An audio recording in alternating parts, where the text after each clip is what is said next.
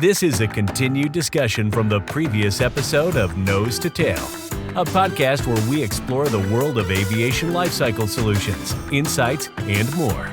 Presented by Jet Midwest.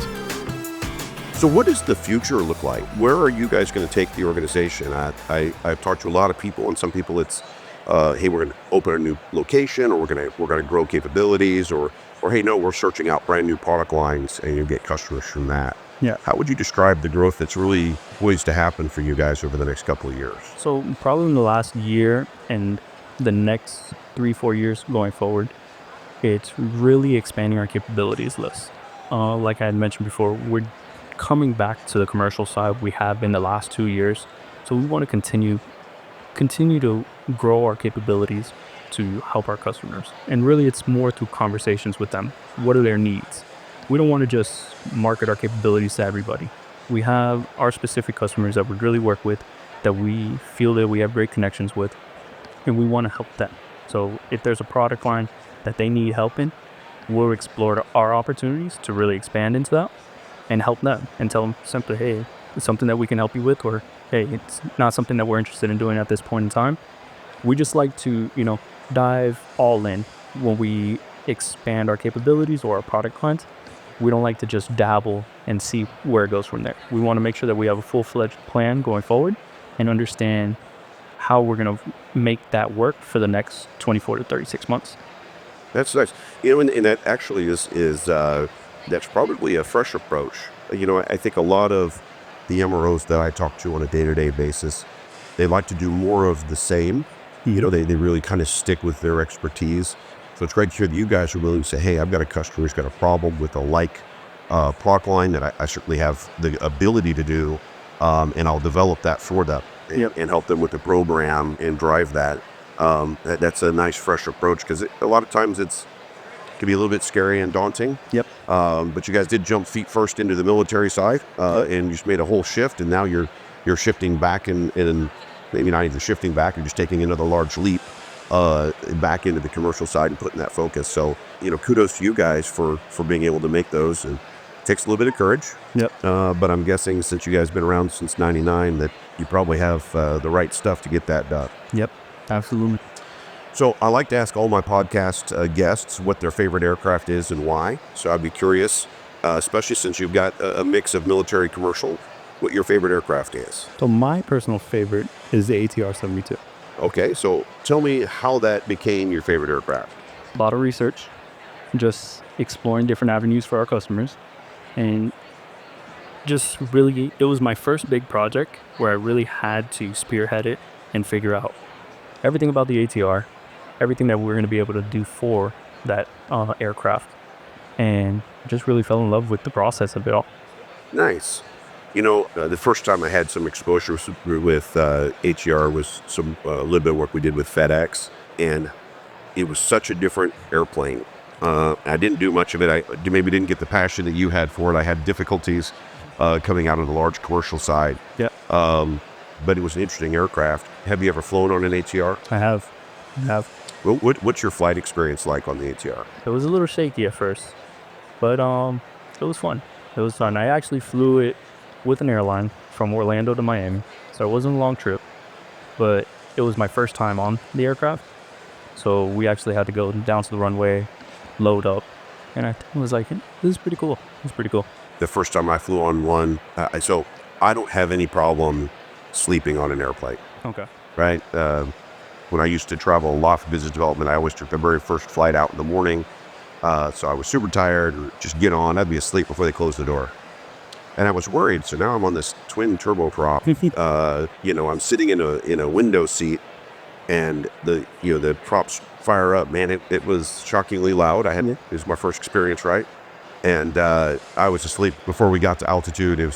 I was out. It was the vibration. It was beautiful. It was a wonderful thing, and it was like my own private sound machine too. I didn't hear any of the announcements or anything, and then we hit the runway. It was like, oh. And like you, it was a short flight. It was like a 40-minute flight. Yeah. So it was a quick nap, but probably a needed one. So, well, that's great. Well, listen, is there anything else you want to cover? We could take some time. I just we meandered around a little bit, but is there something else that we need to cover? Maybe some new technology or anything you guys are foreseeing out there, or maybe some forecasting that you guys would see out in the market? I mean, for us, a lot of what we're going to be doing over the next couple months, probably 2-3 years, is really dive deep into the tech side. With all the AI that's coming out, all the different softwares, just really getting an understanding of how to use those and apply them. Because a lot of customers have asked us, for data, for different analytics, and we haven't been able to provide them. And we're looking at those avenues on how we can improve there. We've been around since '99. Our owners, Lewis and Wilson, have, they've really built the business barehanded. Really going out there, fighting, clawing. I mean, when we started out in '99, I remember this. Me and my brother would go there. We would go to the office every day after school. My grandfather would pick us up, and we'd get to the office and be there 5, 6, 7 o'clock at night. And Wilson and Lewis would just be there hammering the phones, doing customer acquisition, trying to figure out what work was going to come in. And there was a little 2,500 square foot facility. Me and my brother in what was called the kitchen back then, a little microwave, a little table, just hanging out doing our homework, and them there hammering the phones. And I can't even remember if it was 2 technicians. I know it was 1 for sure in the warehouse area doing whatever work, and my grandfather going all around Miami and picking up this stuff. So they stayed true to that. And as the world's evolving, they're looking at guys like myself and other sales guys in our company to really help drive the tech side of it so that we're better prepared to help our customers. That's fantastic. It does take another generation of growth. I don't have the patience to learn nor the skill set developed so far to be able to accomplish it, but I can appreciate the tactics that are going to be coming for businesses with AI and some of this automation. Breakfast meeting this morning with some folks talking about the use of blockchain. Yep. And I really think it's something that I recognized, 3 or 4 years ago, that we really need to start moving in this direction. It is very difficult, as you're well aware, to move. The aviation industry is a very big ship, and to move it just a little bit is quite cumbersome. And as small companies, I actually started in the business in '99 as well, and small company, we could move quick. Yes. We're a tiny vessel that can speed around and zip left and right and try and capture, really more like a sailboat. We move to capture the best wind all the time. And as we've gotten bigger and bigger and bigger, it becomes more and more difficult.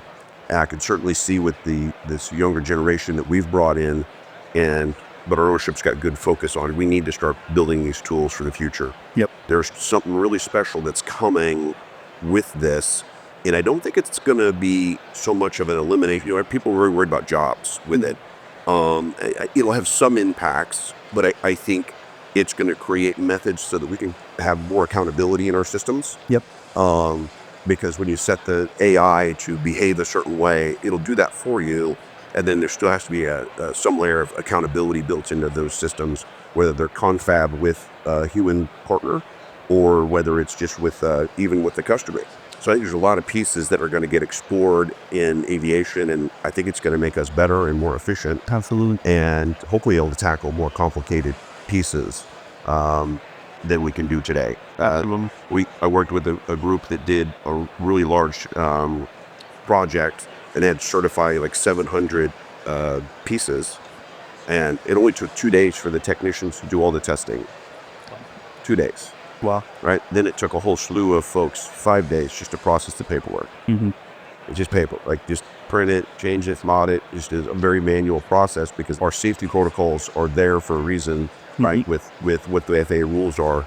But I think some adoption of some newer technologies and things is going to hopefully take us so that the 2 days of testing gets done, and there's validation of the testing is all that happens by the inspector, and they push a button and their paperwork just spits out. Yeah. And I'm hopeful for the future for sure on some of those items. So I would encourage you guys to, and we have to talk about it. We have to talk about it. We talk about it with our listeners, and the whole marketplace needs to be talking about how to best practices and how to get those things in. And the regulatory side, I think, already has digital signature. They've already got digital documentation rules. Yep.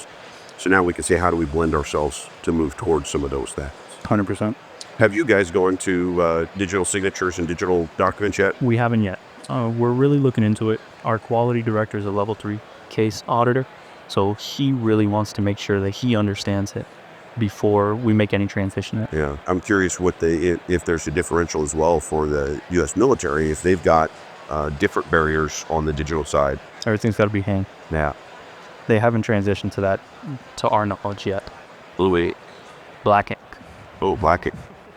I had a findings one time during an airline audit that the guy who signed the document, when he went to go dot the I and cross the T, his pen just didn't strike right, and he circled it and wrote it up.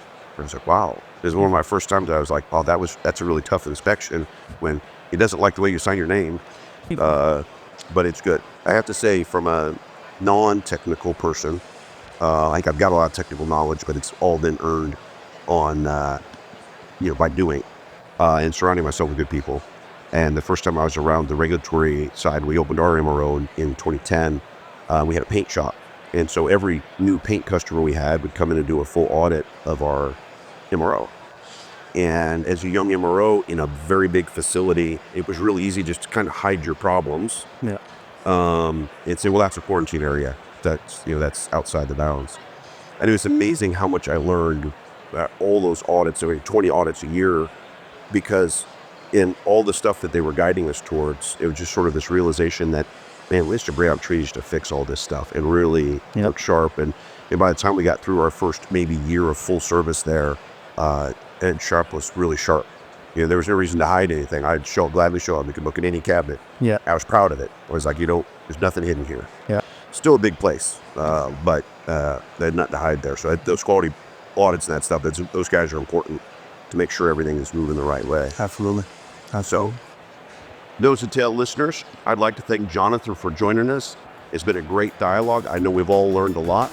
We look forward to seeing everybody next week. Thank you for listening to our podcast, Nose to Tail. Please like and subscribe to our channel.